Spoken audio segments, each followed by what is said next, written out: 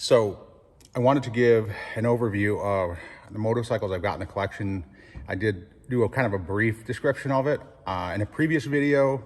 So I figured it's time to go through each bike as quickly as I can. I don't want to linger on them too much, but kind of give you an overview of what I've got, why I find it exciting, what runs, what doesn't run. And then if you guys have a particular bike you want to know more about, you want to talk about it, just let me know in the comments, and then I'll do a specific video for that particular bike. So this is the Honda GB 500 1989. I've talked about this one before. It is my favorite bike with the exception of the Indian. And I do think it deserves to be mentioned in the same breath as the Indian.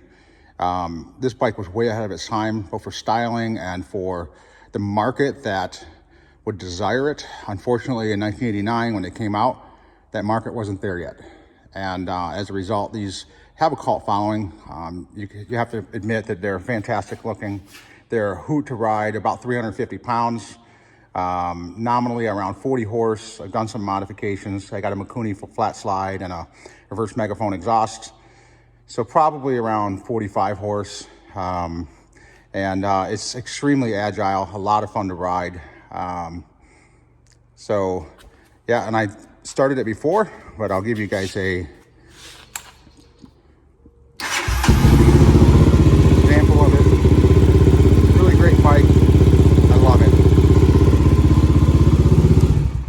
So this is a 1984 Honda VT 500 FT Ascot. This was only two-year-only bike from 1983, 1984. Shares some components with the Honda Shadow VT 500C, but it is its own bike. Like I said, they only made it for 2 years. It didn't sell well. Not a lot of bikes sold well in the 80s. This one didn't, for sure. And so they were unloved, and a lot of them sat unsold for years. I happen to like them. My opinion is a bike can be more than the sum of its parts. Had some specific issues that people didn't like about them. It was shaft drive. So you lost power. This thing's only nominally 50 horse or less. And the shaft drive robbed a lot of that power. But it's fun to ride. I enjoy it. And it'll help me keep the mileage off the GB.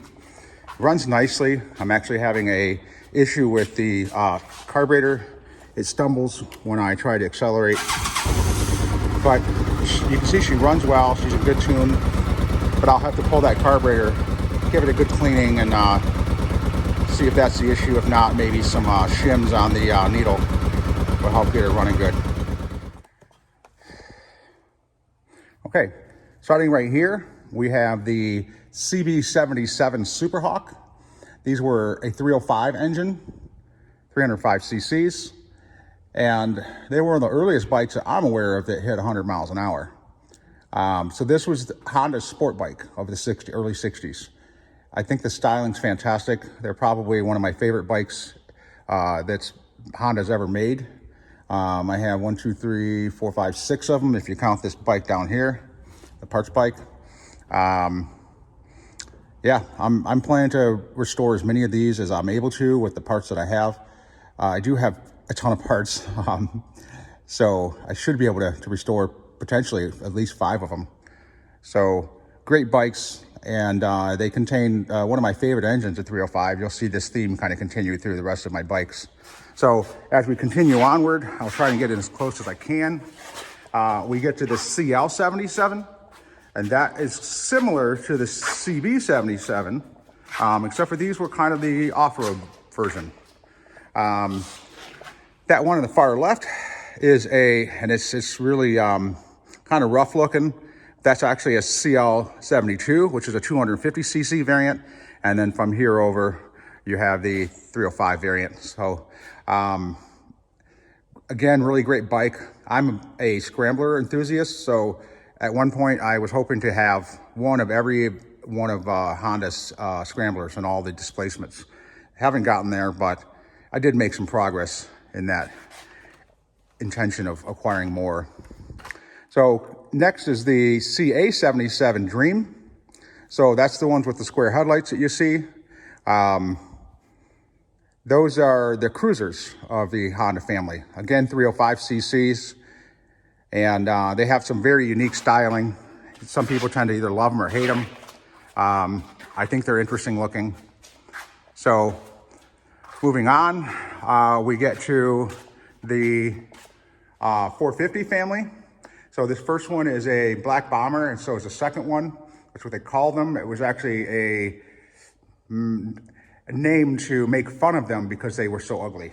Notably because of the shape of that tank where it slopes down to the seat. So I actually find them quite attractive. And Honda was actually using the Super Hawk as a basis for this bike. They just upsized it essentially to make the 450 instead of the 305. To the right of that bike is a CL 450. So it's a scrambler version of the black bomber I just mentioned. That's a K1, which means it's technically a second year of that bike. The K0, interesting in this case, was the black bomber with a scrambler kit. Those are very rare. If you guys ever, it's called a CB450D. So those D kit parts are quite valuable. Moving on, we get to the smaller bikes. So, oh yeah, this is another 450 bike, but it's a mid-70s one. Now we get to the 160s, 150s, 160s. These were what some people call baby dreams. The correct name is Bentley. So they were a smaller version of the Dream. I don't know how many of these I'll be able to bring back there. They're pretty rough. I got them in basically a pile in somebody's backyard, rotting away. So we'll see what I'm able to do with those. So starting with this blue bike here, that's a CB 160. So kind of if you would think of it as a baby Super Hawk.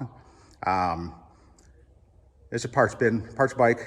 I think I can bring it back, but we'll see. I've got a lot of CB 160 parts. This bike here is a CL 175. So it's a scrambler, but 175 cc. Kind of a cool bike. I also have a CL 160, which was a 2-year only bike. That's why there's a gap there. My buddy Josh is helping me put that together. So it's currently gone at the moment, but hopefully that'll be riding soon. Then we come to this black bike. That's an S90.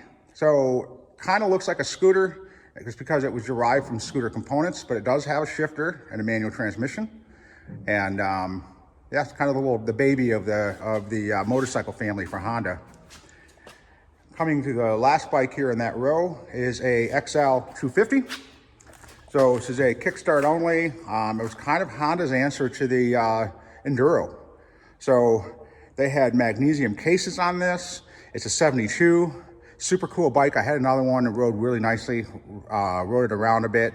Ended up selling that one, got an offer I couldn't refuse. But I'm holding on to this one and hoping to get that running.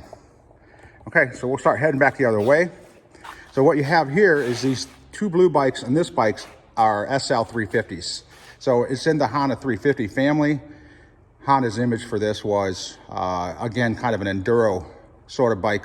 Unfortunately, they were just too heavy for that. They're just kind of really cool looking street bikes, essentially. Probably would do okay on dirt roads.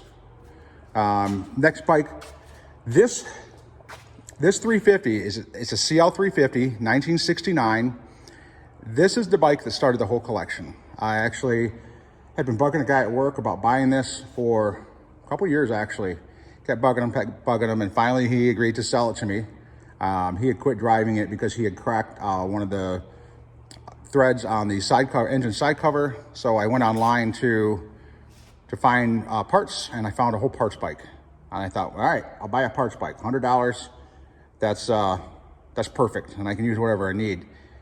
And in the process of looking for a parts bike, I found another bike that I wanted, which was this first SL 350. And I thought, you know what? I'll get that one too. Yeah, I think I brought home that weekend 8 motorcycles. I don't do anything halfway.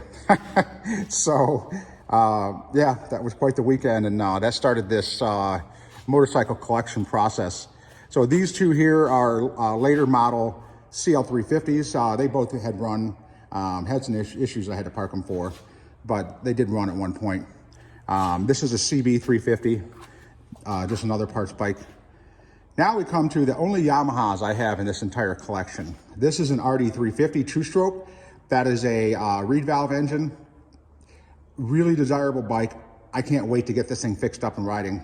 And it's museum quality. It's pristine. Just needs the brakes worked over and all the normal stuff you'd need to replace, like the rubber and maintenance items. And this thing will be on the road. The next bike here, you'll notice a similarity because it's the previous version of the one I just talked about. This is a R5 350. So it's a piston port engine instead of the reed valve. A little bit peakier on the power, a little lower power overall, but some of the parts are interchangeable. They're very similar. This is a 72, the previous bike was a 74. Okay, so now we do a big jump into the 80s. Most of these bikes so far have been 60s with the exception of these two Yamahas and a couple of the 350s. These three bikes, and actually four because one of them is just a frame, but almost four bikes, are a 1982 or 1983 Honda FT500 Ascot. So kind of similar to the VT that I was talking about earlier, except that this is a single cylinder. And again, 2-year only bike. It was really confusing to buyers at the time because the bike actually was concurrently sold with the other one. So the question would have been, what's the difference? Well, there was quite a bit of difference, but Honda didn't really tell people what the difference was. They're like, hey, you can buy this one or that one. And people were confused and they didn't buy a lot of them. I happen to really like them, as you can see. I bought 3 of them. They're buzzy, they're vibraty, they're they're not a smooth ride, but there's something visceral about them that I really enjoy. So planning to get these running soon. That's a parts bike for the Ascot that I fixed up. And then we get to this MB5. It's a shifty 50. Really cool bike, capable of 60 miles an hour. They sold these like crazy in Europe. They even had an 80cc version. This one runs. I haven't gotten it on the road yet because I think the tank may have been rusted through. So I just got other projects, but that one could potentially run. Now, from basically here to the end, you can see these bikes are all the same. These are CB700 SC Nighthawks S's. And in the 80s, everybody was struggling really hard to sell bikes. So what happened with these is Honda threw all the technology they had at this bike. They had things that you just didn't see in motorcycles at the time. They had hydraulic lash adjusters. They had gear shift position on the dash, fuel level on the dash, shaft drive. They actually took the engine and lowered it in the frame and moved it forward to extend the swing arm so that it didn't shaft jack for riders. Shaft jacking can be an issue. But one of the ways they did that is they actually ran the oil through the frame. So there was a lot of innovation with these bikes. I think they're super cool. I would love to get a couple of these running and then just ride it. It'd be a good daily. So here's these ones on the side here are just some extras. This is actually another CL72, so an early scrambler. There were some differences with the early ones. They had alloy fenders instead of steel or chrome. Smaller displacement, as I said. So, but they visually look very similar to the CL77 scramblers. And then this is another dream. So that rounds out the collection. You guys have seen the other ones, notably the Indian. But yeah, if you want to know more about a particular bike, let me know, and I'll do a spotlight on one of them. Talk to you later.